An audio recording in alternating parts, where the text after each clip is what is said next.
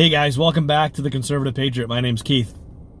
Hey, it's the 18th anniversary of 9/11/2001. It's a very emotional day for me and a very somber day, I think, for everybody. But for me, it's very emotional seeing and hearing all the stories that bring me back to that day, especially being in the military. It really touches me in a way that I don't think it touches civilians. You know, you don't have that same experience of I'm in the military, what's going to happen now, kind of thing. So what I wanted to talk about really is just kind of give you my story of where I was, what I was doing, and in the comments below, I'd like to hear your story. And let me know where you were and what your memories were of 9/11/2001. So 9/11/2001, I was living in on the beach in Waterford, Connecticut. I had rented a house. Buying a house down there is way too expensive. So I was renting a house, had a private beach. It was great, a great single life. So the week before, I had just turned 30, and I had just started that Monday, 9/11, I just started my vacation from work. So that was my very first vacation day. Way to start the vacation, right? And I wasn't going anywhere. I was just going to hang out at home and enjoy my jet ski, enjoy the water, and just kind of be a 30-year-old single guy on the beach, hanging out with my friends. So I remember I got up, I don't know, 7:45, somewhere around there, you know, kind of like I always do, or always did, and now I get up a lot earlier. But I got up, made some coffee, just kind of hanging around. I went down to the beach, didn't turn the TV on, didn't do anything, just kind of went down to the beach, wanted to enjoy the sound of the water and really just the peace of early morning living on the ocean. It was a great experience. So that's what I was doing. I was sitting down in one of my Adirondack chairs, just hanging out on the beach. Maybe a half hour went by, 8:15-ish or so. I went back up to the house. I had to walk down to the beach from my house. I had these stairs that kind of went down. I lived kind of up on not really a cliff, but like an incline, and I had these really old slate stairs to the beach. It was really nice. And so I walked back up to the house and was going to get in the shower. So coffee cup down, get in the shower, still have not turned the TV on, didn't turn the news on, nothing. And I'm in the shower and my phone's ringing, and I'm like, man, why is work calling me right now? I am on vacation. I don't understand what's going on. And it was right about probably 8:30, 8:35, right around when the first plane hit the North Tower. Hit the North Tower first, I believe. So I get out of the shower, look at my phone. Oh, it was one of my good friends calling me. So I call him back, and he's like, "Hey, Richard, you need to turn the TV on now. This is serious." I'm like, "What is going on?" He's like, "Turn the news on right now." So I hung the phone up, put the news on, and I see, I think it was Fox News I turned on. I don't even know, because I really didn't watch much, cable news back then. It was more, network news that I was watching. So I think it might have been Fox News, because I remember Brian Kilmeade's face. And I see one of the World Trade Center towers on fire.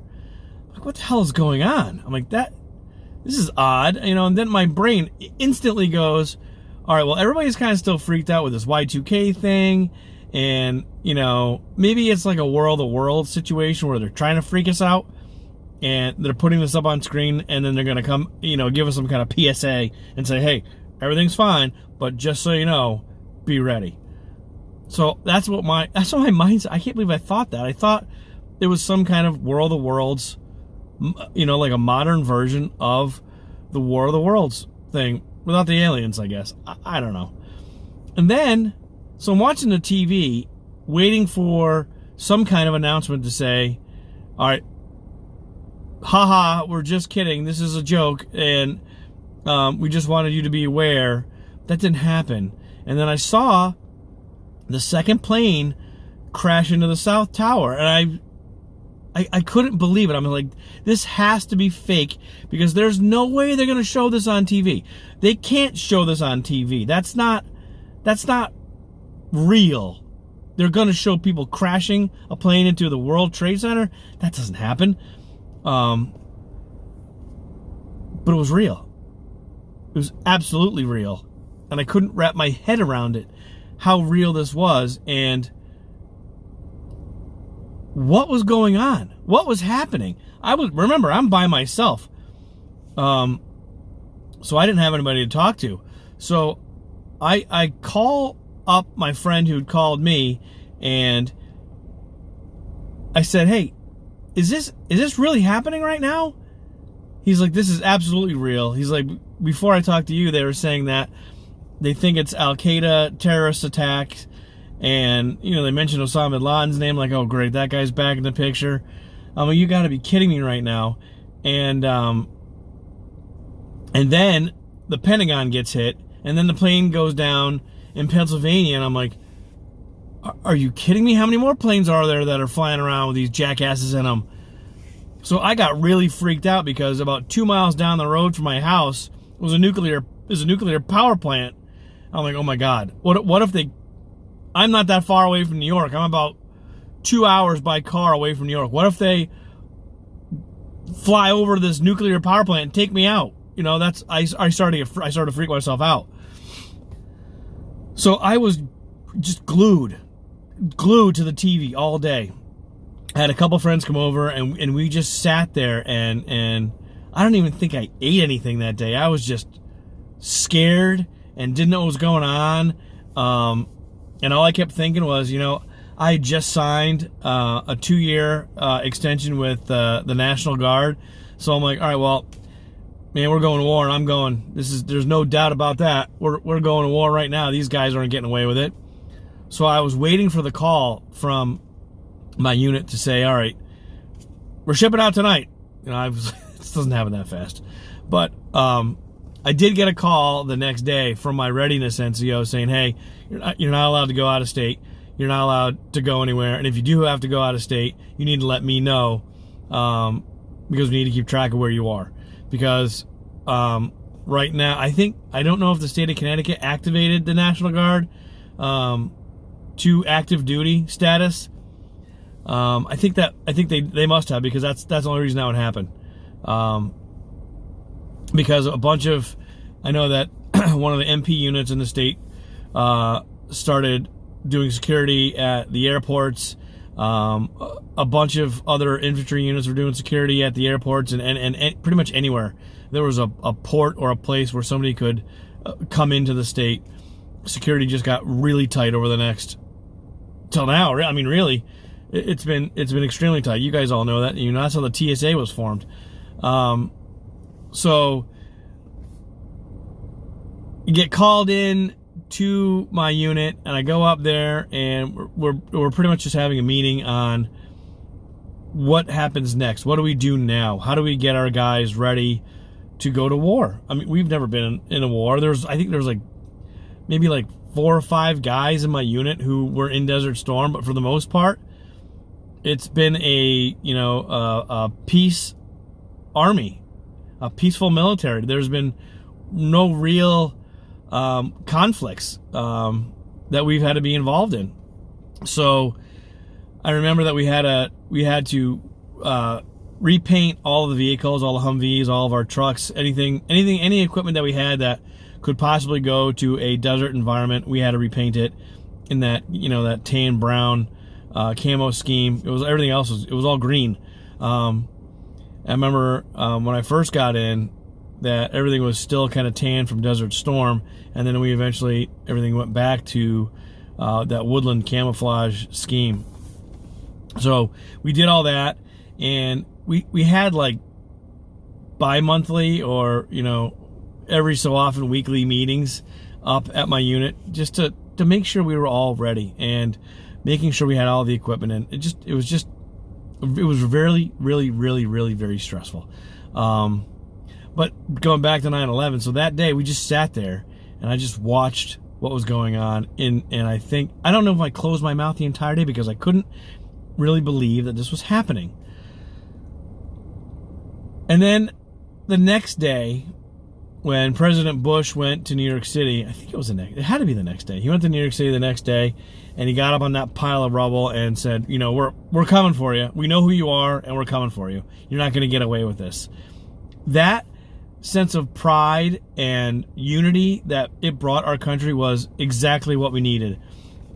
And it seems like nowadays, unless there's a national tragedy like that affects everybody, we don't come together as a people. It's so divisive, and we're so divided.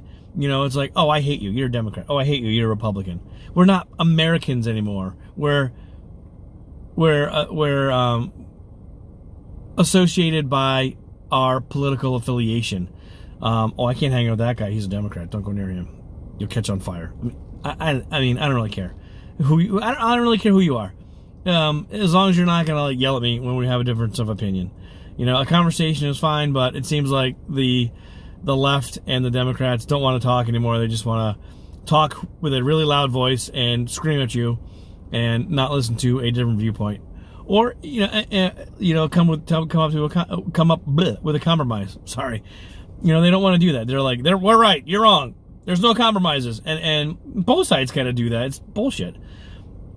But it takes a national tragedy like 9/11 to bring everybody together, which sucks. And I noticed it today. It seemed like everybody was not really overly nice, but everybody was really nice today to everybody. But that's gonna fade. It's gonna go away probably tomorrow. People will forget, and it sucks that they forget. And a lot of the times a lot of the people who forget the easiest and the quickest didn't have any skin in the game.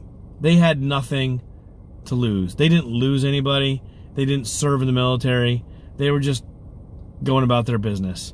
Somebody else will protect me. Somebody else will do it. That's kind of like, that's their personality. I've seen those people, and it's horrible, because I wish that every day was 9/12/2001, where we came together as a country.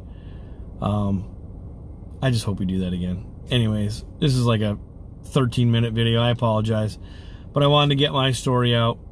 Let me know in the comments what your story is. Do me a favor, check out that Teespring link below. Also, check out the video I'm going to put up here. Oh no, I can't do that because I'm on my freaking cell phone. Anyways, check out the video I did about Operation Gratitude about 2 videos ago. Put a comment in that says Operation Gratitude. That will get you into the drawing for a Conservative Patriot t-shirt.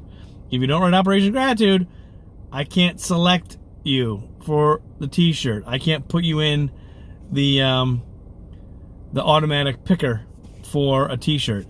There's only 7 comments in there, and I think 2 of them are mine.